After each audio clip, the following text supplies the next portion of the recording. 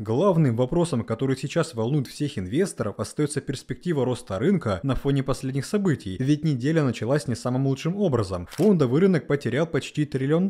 Биткоин на время опустился ниже 100 тысяч, в то время как альты протестировали локальные минимальные уровни. Конечно, одним из самых обсуждаемых событий стал неудачный отчет Nvidia по итогам последнего квартала, что привело к обвалу акций, и масло в огонь добавила китайская компания DeepSeek, которая показала революционный ИИ, что сильно подорвало позиции Nvidia на рынке чипов, а также знаменовало собой начало технологической войны США и Китая. Причем Америка в этом плане очень сильно проигрывает, ведь пока Трамп выделяет $500 миллиардов на развитие ИИ, китайцы переплюнули ChatGPT всего за $6 миллионов. Также неопределенность на рынке с каждым днем только растет, ведь несмотря на восстановление рынка после обвала в понедельник, мы по факту остались на одном месте, а по некоторым монетам даже упали ниже уровней начала января. Хотя казалось бы, Трамп подписал обещанный криптозакон, SEC разрабатывает новое криптоподразделение, и вопрос запуска биткоин-резерва до сих пор продолжают обсуждать. Но почему же тогда рынок не пробивает новые максимумы, а наоборот появляются разговоры о его падении? Причем если говорить о биткоине, то это может быть падение до 70 тысяч, как заявил известный аналитик Артур Хейтс. Если вас, как и меня, интересуют данные вопросы, вы попали по адресу, потому что сегодня я не только разберу, является ли откат рынка в начале недели первым сигналом на разворот, но также уделю время важной теме альт-сезона, которого ждали многие криптоинвесторы после прихода Трампа к власти. Я покажу вам некоторые данные, чтобы понимать, какие перспективы есть у альтов в ближайшее время. Дополнительно мы поговорим о том, на какие монеты все-таки стоит обратить особое внимание, и узнаем, что покупает компания Трампа во время такого неопределенного движения и резких откатов на крипторынке. За актуальный разбор и обсуждение таких важных тем обязательно поставьте лайк. Также вот-вот начнется февраль, в котором нас ждут различные важные события, влияющие на крипторынок. Поэтому, если вы желаете, чтобы мы как можно быстрее выпустили биткоин-прогноз на февраль и топ прибыльных монет на следующий месяц, поставьте 2000 лайков и напишите в комментариях «Хочу прогноз на февраль», чтобы мы приступили к его созданию. За ваши лайки заранее спасибо. Вы на канале Coin22. Меня зовут Влад. Мы начинаем.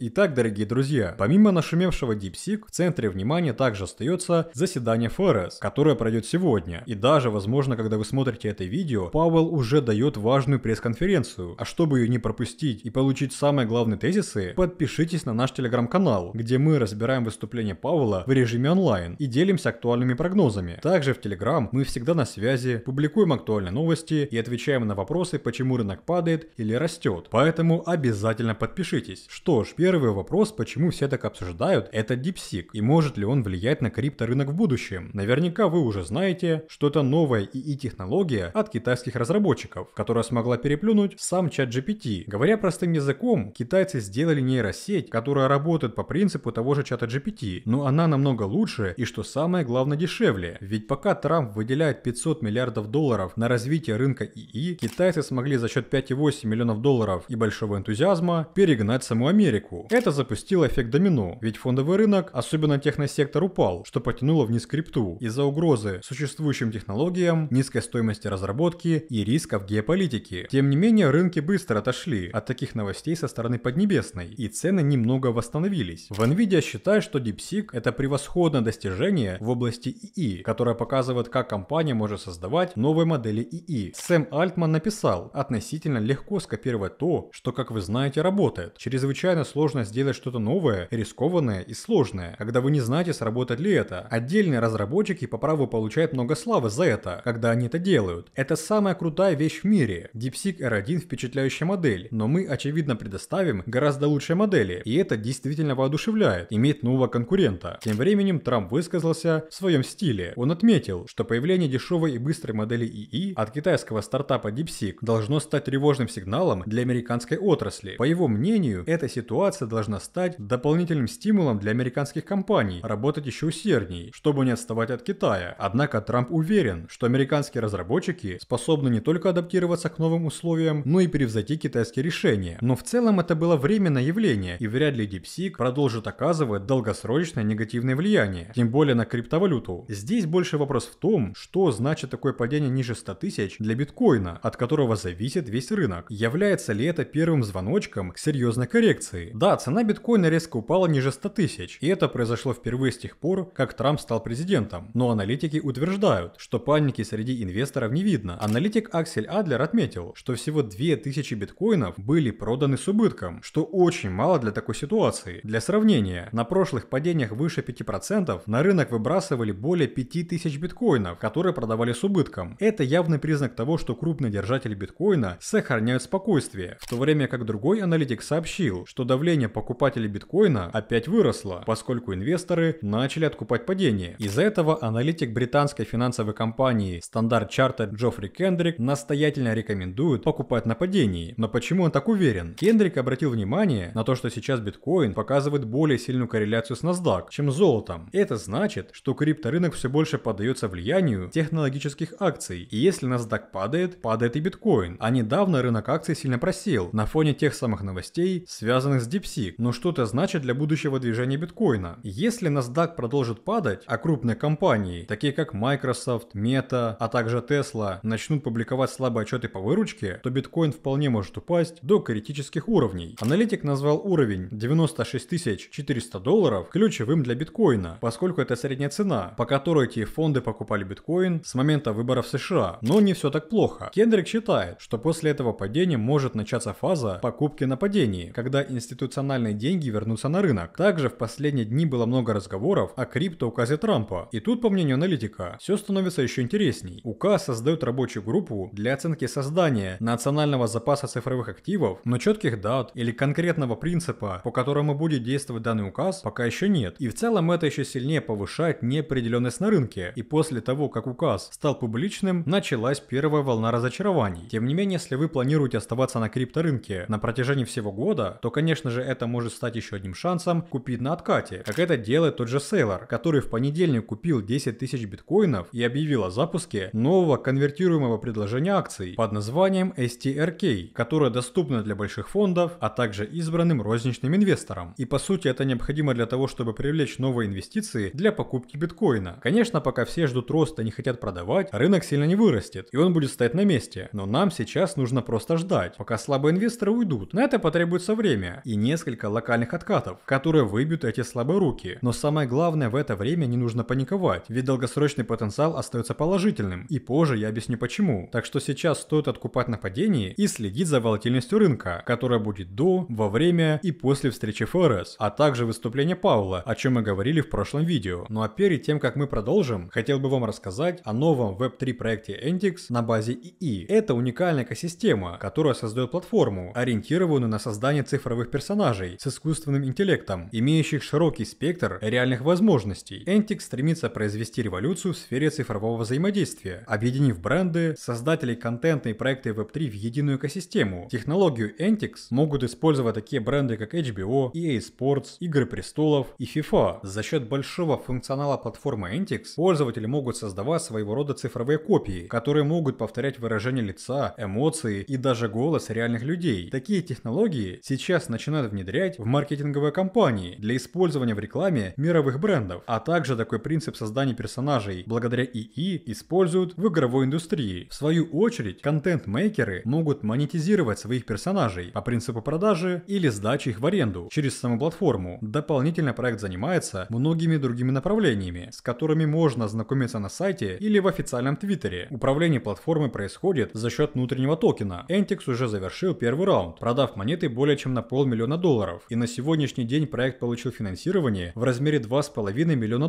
Прямо сейчас Entix проводит 6-й раунд продаж токенов, где пользователи могут приобрести монеты на пресейле. Купить токены Entix можно прямо на официальном сайте, используя различные способы оплаты, где кроме криптовалюты есть и банковские карты. Обязательно изучите проект самостоятельно, и чтобы более подробно узнать все особенности и получить бонус 5% в токенах Entix, переходите по ссылке, которую мы оставили в описании под этим видео.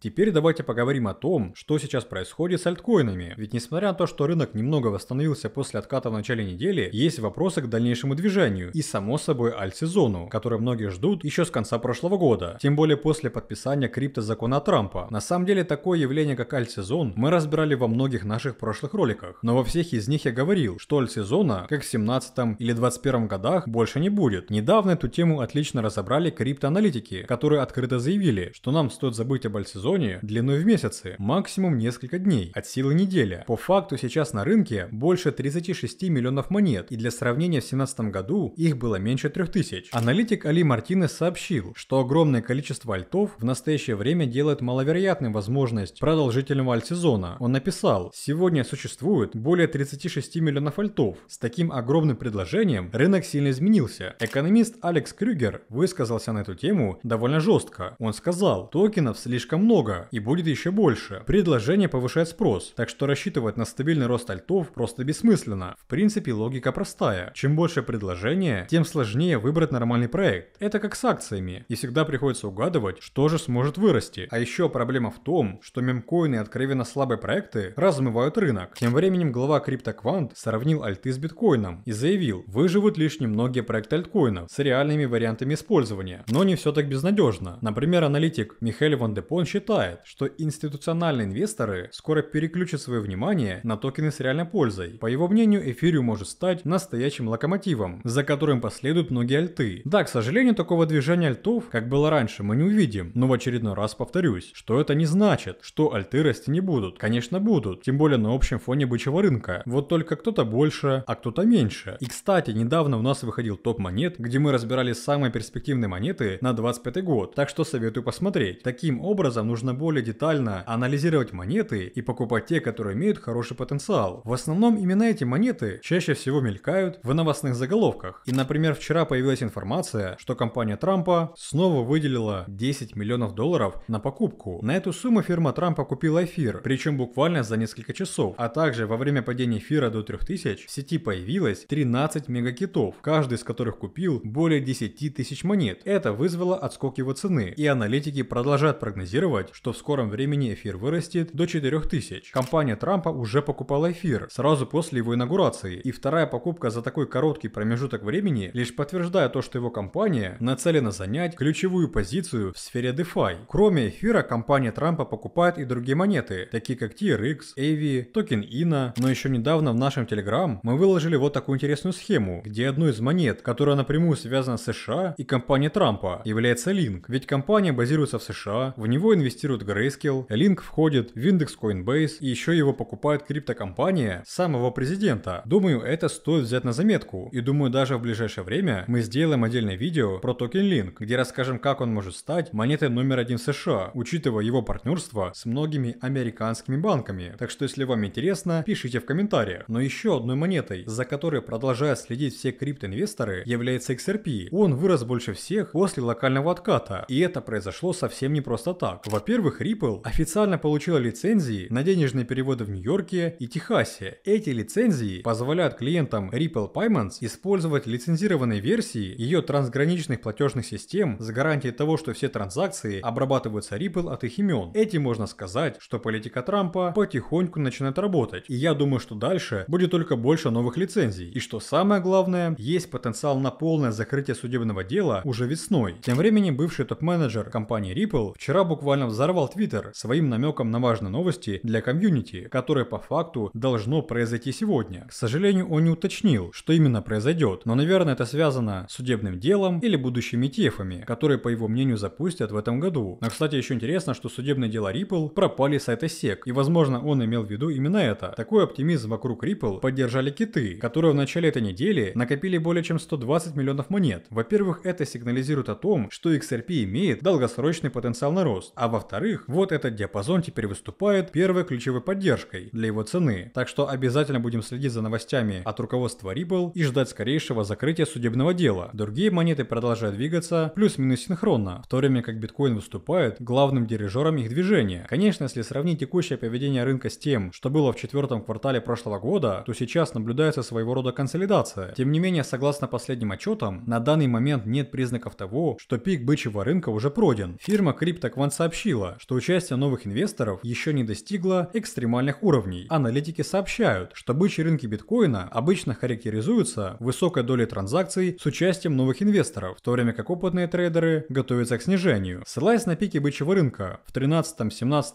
и 21 годах, текущий цикл биткоина все еще далек от своего условного пика. Это связано с неизрасходованными выходными транзакциями, включая как недавние активы, так и давно бездействующие монеты. В отчете было указано, что последний рост показателей показателя говорит о растущем участии новых участников рынка, однако мы пока не достигли экстремальных уровней, которые наблюдались во время прошлых пиков. Вот эта диаграмма разделяет показатель UTXO по возрасту монет, при этом молодые монеты не более 3 месяцев. Как показывает исследование, теория восходящего движения отмечается тем, что на эти монеты приходится более 70%, что сигнализирует о росте ФОМа у неопытных трейдеров. Диаграмма показывает, что мы вступаем в фазу повышенной рыночной активности, но доля новых инвесторов еще не достигла исторического пика. Проще говоря, рынок еще не достиг своих пиковых значений, и это может означать, что у биткоина все еще есть потенциал для дальнейшего роста, как минимум в рамках первого квартала. Таким образом, отвечая на главный вопрос о ближайших перспективах рынка, мы можем сказать, что в целом они не изменились, и тот же откат в начале недели не является чем-то катастрофическим. Конечно, с приходом Трампа многие ждали, что рынок сразу вырастет и принесет всем желаемые иксы, но как я говорил ранее, все будет постепенно, и самое главное, чтобы крипту продолжали обсуждать, особенно со стороны правительства. На пост министра финансов США уже пришел прокриптовалютный республиканец, которого назначил Трамп, и в скором времени в СЕК придет Пол Аткинс, из-за чего одобрение новых ETF, а также рост рынка может быть не за горами, поэтому будем ждать криптообновления от СЕК и в целом положительных новостей, а чтобы их не пропускать, обязательно подписывайтесь на наш телеграм-канал, где, напоминаю, мы опубликуем или уже выложили главные тезисы Пауэлла. Также жмите колокольчик, пишите комментарии и скоро увидимся. Всем желаю удачи, до скорых встреч!